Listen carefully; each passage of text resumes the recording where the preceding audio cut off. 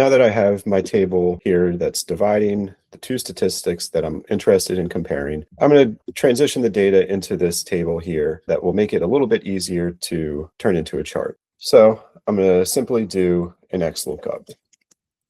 I'm going to select my range here, lock that. My lookup range is going to be B24 to O24. I'm going to lock that, and then I'm going to do another lookup here where I'm going to select the date. My range is going to be C7 to BB7. Set my lookup range. And then the result range is going to be B24 column O. So it'll give us flexibility as new data is added.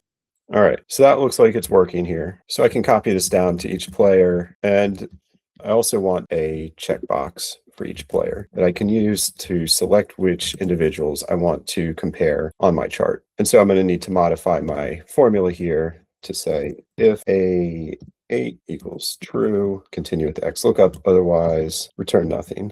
And I'll need to lock this. And so if I deselect somebody, then the data will come back blank and it won't show up on the chart, because this is a lot of people to look at on one chart. So if we create a chart here, I'm going to make a couple adjustments here. And so obviously I don't want all of the players selected. That makes it hard to see what's going on. But if I want to deselect, then they will be removed from the chart, and I can see how one individual might compare to another or the team as a whole, or maybe select two so that it's not too busy. And I can select another individual, and I can change stats I'm comparing. If I want to look at hits per at bat, then I can do that.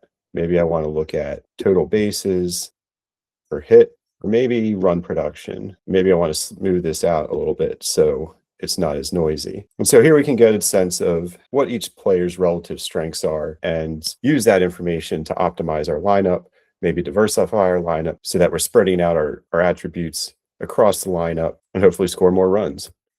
So thanks for watching. Hopefully you learned something along the way as I did. And if you have any suggestions on how you might have done this, please let me know in the comments. Thanks.